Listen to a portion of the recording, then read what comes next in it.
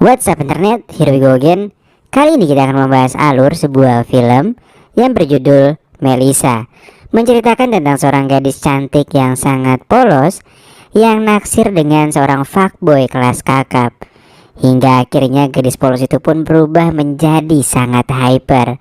Dan pokoknya hampir semua cowok yang ditemuinya diajakin begituan cuy. Lantas bagaimanakah cerita selengkapnya? Langsung aja kita masuk ke dalam alur ceritanya.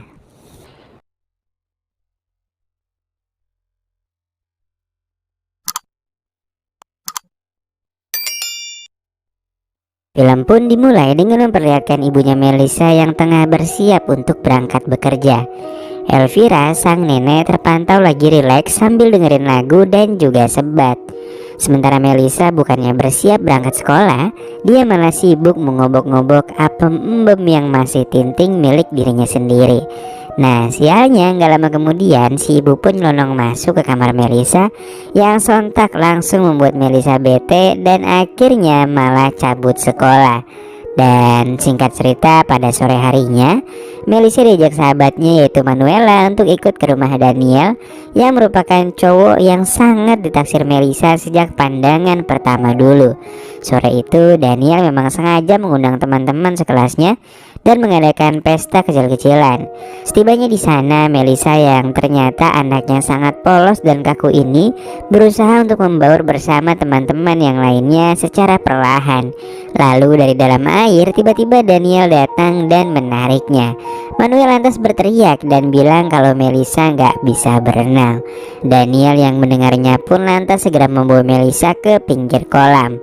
Melihat wajah Melissa yang malu-malu kucing saat di dekatnya, Daniel pun mengajak Melissa mengobrol sembari melihat-lihat tanaman milik sang ibu. Dan ternyata pemandangan dari kebun ibunya itu langsung ke laut lepas cuy. Keren abis. Lanjut, Daniel pun bertanya tentang latar belakang Melissa. Lalu setelah mengobrol cukup lama, Daniel ini malah ngajakin Melissa untuk berciuman. Melissa yang polos dan belum pernah pacaran ini pun lantas mau-mau aja, karena ya doi juga kan udah naksir banget. Dan naluri kefuckboyan Daniel pun semakin mencuat dan akhirnya meminta kepada Melissa untuk mengenyam batang karet miliknya yang udah berdiri tegak. Dan setelah selesai, si Daniel ini pergi gitu aja tanpa basa-basi dan bilang makasih cuy. Hari-hari berikutnya saat di sekolah, Melissa ini tuh sama sekali nggak pernah ngeliatin Daniel masuk ke kelas. Melissa pun terlihat mulai khawatir dengan keadaan Daniel, namun ya dia tetap nggak bisa ngelakuin apa-apa. Saat di rumah, Melissa diketahui lebih dekat dengan sang nenek karena kedua orang tuanya sangat sibuk dengan pekerjaan mereka. Apalagi semenjak sang ayah dipindah tugaskan dan harus bekerja di luar kota. Beberapa hari kemudian ketika pelajaran olahraga, Melissa merasa ada yang berbeda pada dirinya ketika tengah memanjat tiang. Bagian pahanya yang bergesekan langsung dengan tiang tersebut menimbulkan efek nikmat yang tergambarkan dari raut wajah Melissa kala itu. Marco, salah seorang teman sekelasnya, merasa bingung melihat wajah Melissa yang terlihat begitu sakne hanya karena gesekan dari tiang tersebut. Lalu ketika di rumah, dikarenakan kondisi kesehatan sang nenek yang selalu menurun serta seringkali mengalami pikun, membuat sang menantu yaitu Daria tergerak untuk menitipkan mertuanya di panti. Namun meski begitu, sang ibu masih memikirkan Melissa yang sangat dekat dengan neneknya itu. Suatu hari Melissa dan Manuela mendapat kabar dari seorang teman kalau Daniel sering cabut sekolah ke sebuah klub biliar.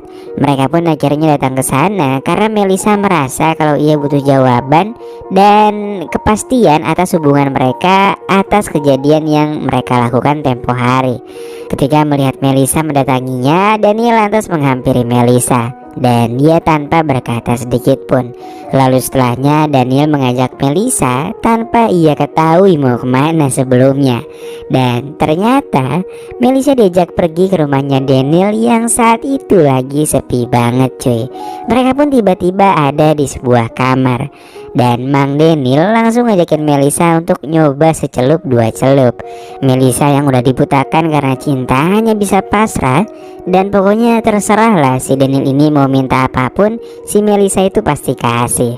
Namun di tengah perjalanan tiba-tiba Melisa tersadar dan menyadari bukan perasaan cinta yang sebenarnya dia alami. Mereka pun akhirnya menghentikan kegiatan tersebut. Dan lagi-lagi Daniel langsung pergi meninggalkannya begitu aja. Melisa pun hanya bisa menyesali perbuatannya ketika melihat ada merah-merah di bibir apemnya cuy. Pada sang ayah, Melisa berniat untuk menceritakan kejadian ini melalui email. Dan sempat terlintas di pikiran Melisa untuk membalas kejahatan yang sudah dilakukan Daniel kepadanya. Saat itu terjadi perdebatan sengit dalam batin Melisa. Dan akhirnya Melisa pun membatalkan email tersebut karena menurutnya hal ini terlalu tabu untuk dibahas dan diceritakan kepada sang ayah. Dan beberapa hari setelahnya, karena keinginan neneknya sendiri, tibalah saat dimana sang nenek harus dipindahkan ke sebuah panti. Melisa pun hanya bisa terdiam saat mengantar kepergian sang nenek. Tangis sang nenek dan Melisa pun akhirnya pecah, dan nenek mengatakan bahwa Melisa bisa berkunjung kapanpun ia mau. Setibanya di rumah, Daria mencoba memberikan pengertian kepada Melisa bahwa menitipkan sang nenek ke panti tersebut merupakan hal yang paling tepat. Menurutnya sang nenek akan lebih bahagia di sana karena dapat bergaul bersama orang-orang seusianya. Namun Melisa tetap acuh kepada sang ibu dan belum bisa menerima kenyataan tersebut. Berangkat dari masa lalunya yang dipermainkan atas kebucinannya pada Daniel yang bukan kekasihnya, membuat Melisa bertekad untuk gak akan bertindak bodoh lagi pada orang lain. Dan dia bersumpah gak akan ada pria yang bisa menyakitinya. Ketika sedang hangout dengan Manuela, Melisa mencoba melancarkan aksinya untuk menggoda pria lain berdasarkan pengalamannya bersama dengan Daniel. Ditambah dengan parasnya yang sangat cantik, Melisa pun berhasil menaklukkan seorang pria parubaya. Singkat cerita, ketika libur Natal tiba, sang nenek berkunjung ke rumah mereka untuk merayakan Natal bersama. Melisa terlihat begitu senang dan mengobrol banyak hal bersama. Mereka pun sampai pindah ke kamar agar percakapan mereka bisa saling terjaga. Sembari menyisiri rambut sang cucu, nenek pun menceritakan kisah cintanya pada saat muda dulu. Sang nenek sepertinya tahu bagaimana cara berbicara pada gadis seusia Melisa. Lalu saat sore harinya, tiba-tiba ponselnya berdering. Dan itu adalah telepon dari Daniel. Daniel mengatakan bahwa dia merindukan Melisa dan memintanya untuk bertemu kembali. Daniel seakan gak sadar kalau ia pernah merusak kepercayaan Melisa. Daniel pun mengatakan bahwa ia memiliki sebuah kejutan. Dan akhirnya Melisa pun menerima permintaan bertemu dari Daniel. Singkat cerita, ketika Daniel dan Melisa sedang berduaan, Daniel meminta Melisa untuk memejamkan matanya. Gak lama kemudian datanglah teman Daniel yang bernama Arnaldo.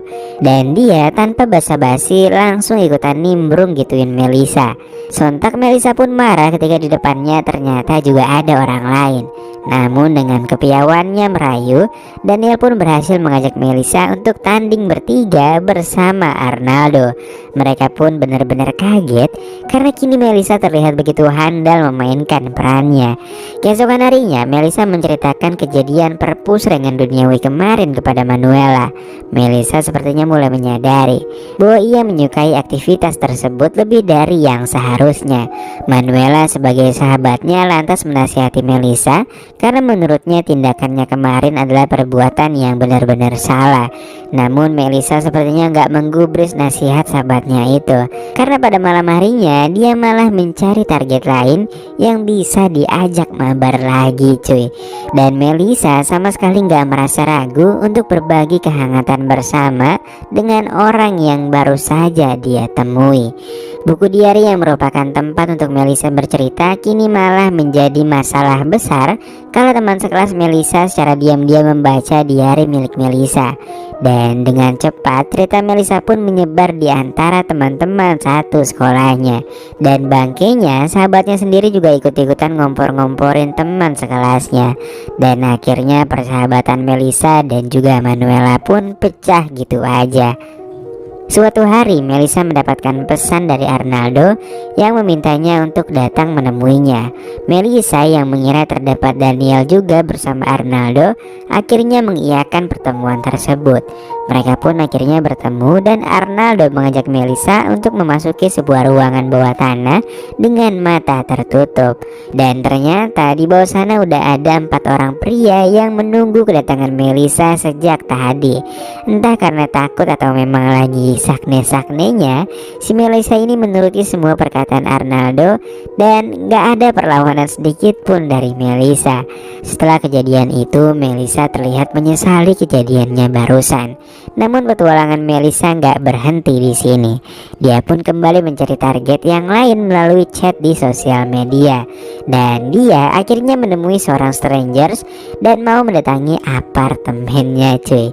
Kali ini lawan main Melisa memiliki sebuah keinginan agar Melisa mengenakan sebuah seragam terlebih dahulu. Dan juga pria strangers itu ternyata memiliki kebiasaan untuk bermain secara hardcore cuy.